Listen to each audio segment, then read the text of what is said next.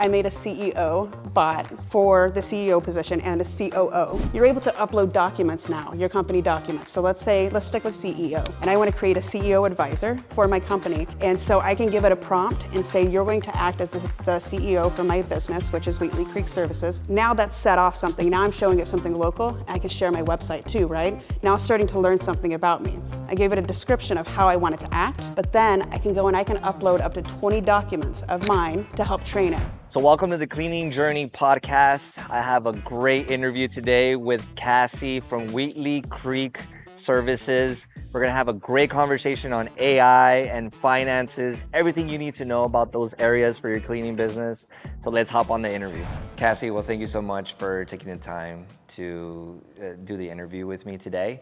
So tell us who you are and what do you do? Absolutely. So it is Cassie, rhymes with sassy. A lot of people get that wrong. I have a digital marketing background, and I left the corporate world and joined my husband in a cleaning company that he had already started. We had friends that actually left our community and walked away from a business and handed us 5 clients. And so our company actually started with 5 cleaning clients. Today, 4 years later, we now do painting, remodeling, and cleaning. So we've grown into a lot of other areas. But when I left the corporate world and started, I brought digital marketing experience and data analysis experience. And I feel like since I started probably about 2 years ago, we've definitely expanded since then. Yeah, it's amazing. That's a lot of work. It's a lot of work, as a business. Yeah, but you have a lot of pieces because of the services. Yeah, absolutely, yeah. And so today how we have it set up is like my husband primarily does the bidding and client management for the handyman remodeling and painting side of things, and then I do the cleaning side. Not to say that he's absent of the cleaning side. We definitely partner in pushing the business together. So to keep everything intact, what tools and systems do you use to streamline your business? So we have quite a tech stack because I come from a technology background. Jobber is our main source. Our employees clock in through Jobber. Our scheduling is done through Jobber. Our invoices are from the lead coming into our website to a phone call, from the very first time they contact us to scheduling the job, to invoicing them to the client, or to even the staff going out in the field. Everything is done through Jobber. That's exactly why I use Jobber in my business. It just keeps everything organized. Quotes, payments, scheduling, follow-ups, all in one place. Once I set it up, honestly, it took so much stress off of me and my team. You'll love it if you don't already use it. So for 14 days, you can try it out, get that confidence. And if you love it, which you will, you can get 20% off for the next 6 months. You can get that link down below in the description. Jobber, of course, is connected to QuickBooks, and QuickBooks handles all the books and all the reporting on that side. But we also use other software like Company Cam to take pictures on the job. Monday, which is a project management tool to help manage like our marketing side of things and our editorial calendar. I'm missing a few, but I know that those are like a few of our primaries that we Gusto for payroll we use as well. But we're always looking for new systems. Like right now, I'm trying to find a good HR system that we want to onboard. But we use a lot of systems, but it keeps us on track and helps automate a lot of our business. Yeah. And it helps you do what you need to do. Absolutely. Right? I mean, could you imagine doing all this on paper? No, it'd be nuts. Yeah. It'd be nuts. Yeah. What I love about Jobber is like the reports. You can really see what's coming in your business. You can really see the leads, what the revenues are for the month, the projections, and all of that stuff. It really keeps track of everything. I mean, especially if that's what you're using as your main software. Yeah. And then like between Jobber and QuickBooks, you can find really quick answers. I would say even just like a year ago, the answers that you were finding were download a spreadsheet and then your data analyzing a spreadsheet. Today, as AI is coming out, you're starting to get to a point you can ask questions in Jobber, right? They have AI capabilities. QuickBooks, I think, just launched something too. So you can ask a question and your answer is there. So as a CEO, if you're like, I sit in a COO seat where my husband sits in a CEO seat. So if he's like, what is our revenue this week or what was our revenue next month? It's not, let me go pull a spreadsheet and I'll give you an answer in a minute. Yeah. It's a question you can ask and you can get it right now. Yeah. So with AI coming out, it's streamlining like I'm not saying I love spreadsheets. I'm not saying spreadsheets are a thing of the past, but it's AI is coming out and it's changing things quick. It's changing things super quick. Yeah. And it's invaluable for CEOs when you're busy and you need to make a decision right now. How much money to spend on marketing? How much money to spend on an employee? Do I have money? Can I hire another employee? Those answers are coming out quicker than we could have ever imagined. Quicker. Yeah. I mean, it can help you solve a problem right away. A fire's going on. Hey, ask ChatGPT, whatever AI, be like, hey, what do I need to do in this situation? This is what's going on. Yeah. Yeah, ChatGPT is a game changer. I mean, we started with email, right? Everybody started with copy-paste email, and we saw that in social media. And, but now we can build our own custom GPTs, right? And we can have it answering in a way that we've never have before. Let me tell you what I did last week. I made a CEO bot for the CEO position and a COO. You're able to upload documents now, your company documents. So let's stick with CEO. And I want to create a CEO advisor for my company. And so I can give it a prompt and say, you're going to act as the CEO for my business, which is Wheatley Creek Services. Now that's set off something. Now I'm showing it something local, and I can share my website too, right? Now it's starting to learn something about me. I gave it a description of how I want it to act, but then I can go and I can upload up to 20 documents of mine to help train it. What documents am I going to upload? My brand guidelines, my voice and tone, my SOPs, maybe my job descriptions. I'm starting to teach it about my business. So I just leveled up this custom GPT, and so it's going to give me CEO advice when I ask it questions. Super dope. Based off of all these documents I already created. That is nuts. Saved. And then it's private, right? So you don't have to worry about other people getting that. I can share a link with the CEO, I can share a link with me, and then that's it. Private. Wow. Yeah. And the information that you got gives you guidance. You can I'm sure you can ask a question, and it tells you exactly based on the information that you've given it. Take a step back. Think about, besides a CEO or a COO, what about marketing? What about, you've seen this, other businesses that are copying and pasting social media posts, right? They go in, tell ChatGPT, write me a social post. And it comes up, and it's filled with emojis, and it's filled with M-dashes, and it all sounds the same because ChatGPT only has one voice. And it's the voice of the collective. It's trained by all of us going in there, right? So everybody's social poster sound the same.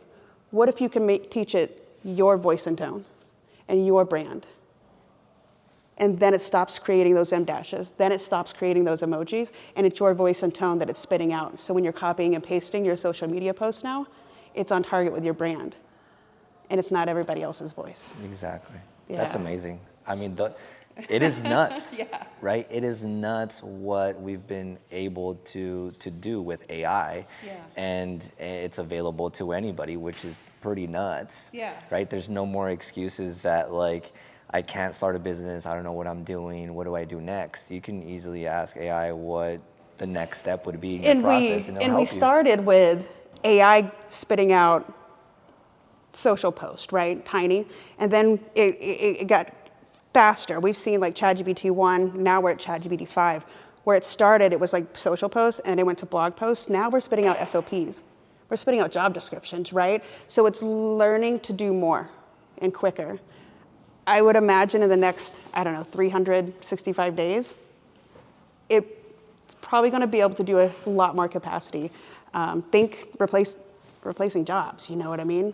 Like you have VAs, you have people that are doing these social posts, and it's going to be taught to be able to take these things. Not to say we're replacing people. We need people to manage these things, right? But we're learning to use the technology we have to be able to be smarter with the decisions that we make in our businesses. That's amazing. So I want to ask you a question specifically. I want to ask you a question for the cleaning industry. Oh, perfect. Like, how could someone that is, let's say, making $500,000 a year in their cleaning business, but they're the ones running all the day-to-day operations, right? They do have a couple team members that are helping them out. How can they use AI to really get to that next level in their business? I mean, I guess it depends where your weak spots are right now. Let's say you're at a spot where you're the main person in leadership, and you know that you need to start putting managers into position. If I was in that seat right now, I would start looking at creating an org chart and teaching GBT about my organization. What is my current team? What are they currently doing? What's their strengths? What's their weaknesses? take a step back, you can create a prompt and say, you're an HR expert and you have 10 years experience in HR and you're helping a home service company grow their business to the next level with a current revenue of $500,000. Where should I start? It could be that easy, right? Or say, ask me the questions that you need to know from me to be able to help me level up. It could be that easy. From there, maybe it goes into building that org chart and then the job descriptions. And with those in hand, then you can start growing your team. But it could expand on things. And the more it learns about you, the more it's going to learn about your company's needs and where you're wanting to grow from there. But it can definitely be just as simple as asking one of those prompts and teaching it about your company, even putting a link back to your website. So AI is very important into using it now, right? We don't want to be late in the trend of being able to take advantage of using it for our business to SOPs, whatever we need, especially job applications, like being able to get those job descriptions of who we're trying to hire. It really clarifies so much. I mean, we could get into a long conversation about AI, but I really want to pick your brain on the finances part. Yeah, we're having a conversation about you loving spreadsheets. My wife loves spreadsheets as well. She geeks about it, and it's pretty amazing what you can do, right? Yeah. So how do you track and manage your business finances? Are you uncertain about what you're doing in your cleaning business that's not taking you to the next level? Or you might feel like what you're doing is not the right things. It is okay. That's why I'm here. I help cleaning business owners just like you get the right answers, put good systems and processes to grow your business with confidence. Without confidence, you cannot be a business owner and lead your people. Click the link down below to schedule a free call. We'll talk all business and I can give you the right steps for you to take to give you that confidence back. I cannot wait to connect with you. So I said you use AI to get your quick answers, but I'm in spreadsheets all the time. I've tried to partner with a few platforms to try to do our data analysis so I don't have to do it so manually, but I keep finding myself back in spreadsheets. So I started with a simple spreadsheet with 5 tabs, and now we're up to 3 different spreadsheets, and each of those spreadsheets has 5 to 10 tabs that it's doing. Our primary spreadsheets are growth, and where are we getting growth from, right? Social media, Google ads, things like that. Sales, I want to know our ROI, how many leads are coming in, what is our cost per lead. I want to know what my average customer is or average transaction is. And then the other is straight up revenue, right? Like your revenue coming in, your COGS, your gross profit numbers, your net profit numbers, all of those. I have a lot of revenue metrics that we track as well, but those 3 spreadsheets are where we're at, and we update them on a monthly basis. I need to get into the position where I'm doing it weekly, but right now we're still good with the monthly numbers and track everything. I get in depth in the spreadsheets, and it's like data overload. So by the time I'm delivering it and meeting with the team, I break it down and I put it into a Canva, like really pretty PowerPoint, and it's like, here's the 5 takeaways, so that I don't overwhelm everybody. Like if there is an issue, I'm gonna catch it in all of this data analysis. But I make it simple and pretty, and it's in a pretty spreadsheet, and then I can send it to the team, and then it's really digestible. And then if the CEO has more questions or wants more data, then we can go from there. But usually the 5 pages that I send out is simple and answers the questions. That's awesome. So why is it important to track your finances? Because as a business coach, I've talked to dozens of cleaning business owners, and many of them are not really tracking their numbers. They're really not confident about their profit margins, right? So Yeah. why do you think it's very important? I mean, I guess it's obvious why it's important, right? But why should every business owner be able to track their numbers? And add to that, like, why should we share it with our teams? Like, what the value is there? Yeah, it's a big question. A lot of things are coming to my mind. So I don't feel like you can make important decisions without knowing your numbers. You can't hire somebody without knowing if you have money to hire that person. I mean, like, you need to know how much you're paying them, how much that's taking out of your revenue that you're bringing in. Are you making enough each month in your growth rate that you can cover that, right? What are your expenses? How much are you spending? What is your overhead right now? Like, if you're spending $3,000 in an office and you don't really need that office, couldn't you save that and then put that money towards a salesperson or to a new hire? So you need to know, like, your percentages and how that breakdown is so you can make smart decisions.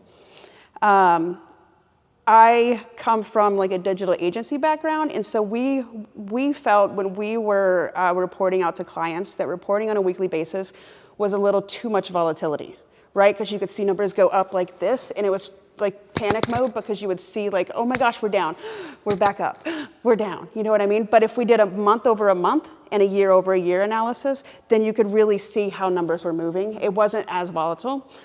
So we always reported on a monthly basis, and maybe that's my comfort zone and why I sit there.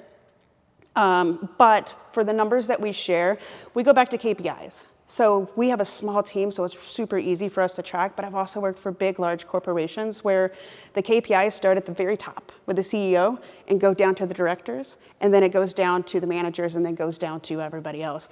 And everywhere along the way, you have to have KPIs and goals. If there's any one takeaway that I took from corporate life, it was that. The KPIs and the goals have to start from the top to the bottom, and they're important for everybody. The reason being because the main goals for the year or your quarter, for everybody to even meet those business goals for that company, everybody has to know their part on how they're contributing to that. So the numbers that you're sharing with your team are how their KPIs are meeting all of those numbers at the top. So if I say, for example, with the CEO, if I'm sharing these 5 slides, it's usually revenue numbers, but I don't need to share those revenue numbers necessarily with my clean team, right? Because of my clean team, with my techs that are in the field, we're looking more at customer reviews and how those customer reviews contributed to their cleans, or their timing and how their timing, and those are important numbers for the CEO as well, right? Timing and scheduling those. So it kind of just goes back to the KPIs and then the overall goals of the company. Yeah, love that. Yeah. And it might sound overwhelming Yeah. to our audience, but it does, you got to start somewhere. Absolutely. You got to really track your numbers, know what's coming in, know how much you're spending, know how much your net profit is, and that will give you an idea of where you're at, you know, and you can make better decisions. Yeah, and to scale it back, like let's say, so how I do it for our company, we come up with 3 to 4 goals for the company. And then the CEO has 3 to 4 goals. And then if you have a leadership team, they would have 3 to 4 goals, right? Goals, KPIs. The KPI is the metric that you're measuring. The goal is the goal of the company, right? And then like your techs can all have the same goals. So if it's just you and your techs, that's the only KPIs. You have each tech has their KPIs, 3 to 4. That's it. Don't make it overwhelming. Because if you get over 3 to 4, then they don't understand what it is that they need to do. So it needs to be simple, and it needs to be manageable, and it needs to be a goal that they can attain. So it can't be unrealistic. You can't be like, this is a 3-hour clean and you got 1 hour, because it's not going to happen. We all know that. But if we can give them a goal that they can meet and keep it at those 3 to 4 goals, we keep things simple. Yeah. What would be one KPI that you can use pretty much in any cleaning company? For your leadership, it's always going to be revenue, right? And your profit margins. You need to monitor your profit margins on that monthly basis. For your cleaners, it's definitely going to be customer satisfaction. They need to know that what they're doing, cleaning's hard work. We all know that cleaning's hard work. And it's easy to get burned out, but I feel like if you can tie back to what a cleaner is doing to a customer and that customer satisfaction, reviews, right? Your reviews that are coming in, hey, and hopefully the management team has a system in place that's helping encourage those reviews to come in, right? So on a weekly basis, you can meet and you can say maybe it was only 1 review, but 1 to 5 reviews a week, and you can talk about what those reviews said. Hopefully it mentions your tech's name, and if not, that's fine. But it ties it back to the job satisfaction. If you're hearing something on the phone, right, that's something you need to share with them. Every time I get a customer that calls and mentions one of our cleaners, or maybe they don't know who the cleaner is, but I do, because it's on the schedule, I will share it with my teammate, and you see the smile on their face. Like them knowing, I know you do cleaning for cancer, cleaning for a reason. That has been amazing for us too. When they found out that they're cleaning for free for cancer patients, they get paid, of course, but the company provides that service for free. When they see the smile on the face of those cancer patients, that changes things. Yeah. Like the community give back, those are important metrics too. I mean, for our company, we live in a very small community, so hearing our name in the community and getting community feedback that they heard about our cleaners, they heard about our team. I mean, those are important as well. Yeah, 1,000% gives them purpose. Yeah. And gives them a reason to continue doing what they're doing. Yeah. You know, and for those of you that don't know what KPIs are, it's just key performance indicators. That's what you use to be able to put targets and goals so that you make sure that you achieve them. Hey, real quick, do me a solid. Just like, subscribe, and share it with another cleaning business owner. We want to grow this community together because when we all learn together, the industry becomes stronger. Let's get back to our guest. So let's get into some interesting questions here. I really wanted to ask you, like, what financial mistake taught you a valuable lesson? Okay, I have a good one actually. So we, because we have the maintenance side of things, one of the things that goes with cleaning actually can be hot tubs. Right, I live in a vacation ski resort area, and at ski resort, it's really cold. Ski? Snowboard. Snowboard, Yeah. Okay. Grew I'm up a skier, snowboarding, yeah. so you guys don't like skiers? I think it's okay now. It's Okay. like it's a wash. Yeah, that was like back in the 90s, but we have a lot of hot tubs. So we do a lot of hot tub checks and hot tub drain and fills between when we're on the same day that we're cleaning, right? But we took on a really large account. We actually had, I believe, 200 hot tubs. And so it spiked our traffic. And so for about 3 months that we were handling this account, we were over our heads in hot tubs. We signed up for more than we knew what we were doing. And our staff, we had to hire new hot tub techs to come in and to help us. What we didn't know at the time was that part of the agreement was that it was, what do you call it? Net, you know, there's net 15, net 30, this was net 90. Oh, wow. Net 90. We had no idea. We covered 3 months of payroll checks before we got paid. Jeez. Do you know what that does to your savings account? We were terrified. Things got slim, and it got really scary. Because of that, we learned save, save, save. We've never saved so much in our lives. And because of that, we have this cushion that we feel okay if we take on a risk like that. We also learned not to take on risk like that. Yeah. But it was a huge learning curve in learning to save. And thankfully that happened early on, and we've been able to be smarter about those decisions ever since. I've never heard of 90 day term. Yeah, that's not a... Yeah. It's not one that I would recommend. No, not at all. I mean, it all depends too on what the costs are and all of that. But yeah, that's pretty big. And I feel like for them, and the reason why they went with that is because we partnered with a vacation rental company, and they have to wait to get paid, right? So they get paid from the guests that are staying there, and then they have to pay out a portion to the owners, and then the owners have to pay off. So they have a whole odd revenue cycle that they're chasing. So then they push off their vendors, subcontractors, before they get paid. Yeah. So, yeah, scary. We're gonna be doing that again? No, never. We don't do hot tubs. Big lesson. How do you decide when to reinvest in your business? When my profit margin starts to go higher, which is a good problem to have, right? We try to keep our profit margin around 20%. If we're coming in a little higher, like we're at 27%, I'm going to take that 7% and I'm going to put it into marketing and try to increase my marketing and try to reinvest that way. There's other ways, right? If you don't want to put it into marketing and you're looking to get an office or get into new vehicles, there's a reason to save it, right? And or like I just mentioned, there's a reason to make sure that your savings account has money in it too. But if you're saving for a future investment, then it's definitely worth saving as well. Yeah.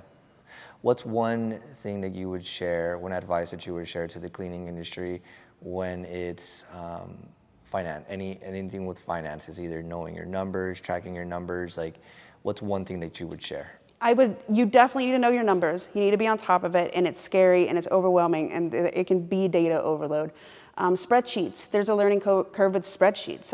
Go to Udemy and take some classes in spreadsheets if you're scared of it, or outsource it. If you can't do that data analysis yourself or with somebody in-house, then outsource it. Don't make it scary. You have to know your numbers to be successful. If you don't know if you take a step back, if you don't know what net profit is or gross profit, learn that. Learn what a P&L is. That's a good first step.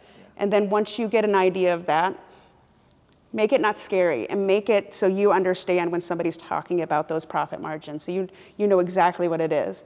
And if somebody walks in the room and says, "What is your net profit margin?" and you're like, 20%. You want to be proud of your numbers. 1,000%. Yeah. You want to be confident in your numbers, right? It's so hard already being a business owner, and when you don't have confidence, I mean, that is just detrimental. Like, it's stressful, a lot of chaos, you're running all over the place, and that's because you have no confidence in making decisions. Yeah, absolutely. And I'll take this one step further. Find a good bookkeeper, accountant, that'll do your budget for you. The first time somebody did my budget, it blew me away. I had no idea. Oh, this is how you know you can hire people? This is how you know you can buy a vehicle or get an office? It's a budget. And it's overwhelming when you first see it, but once it's first set up, our accountant or our bookkeeper, it's one company for us, updates it for us.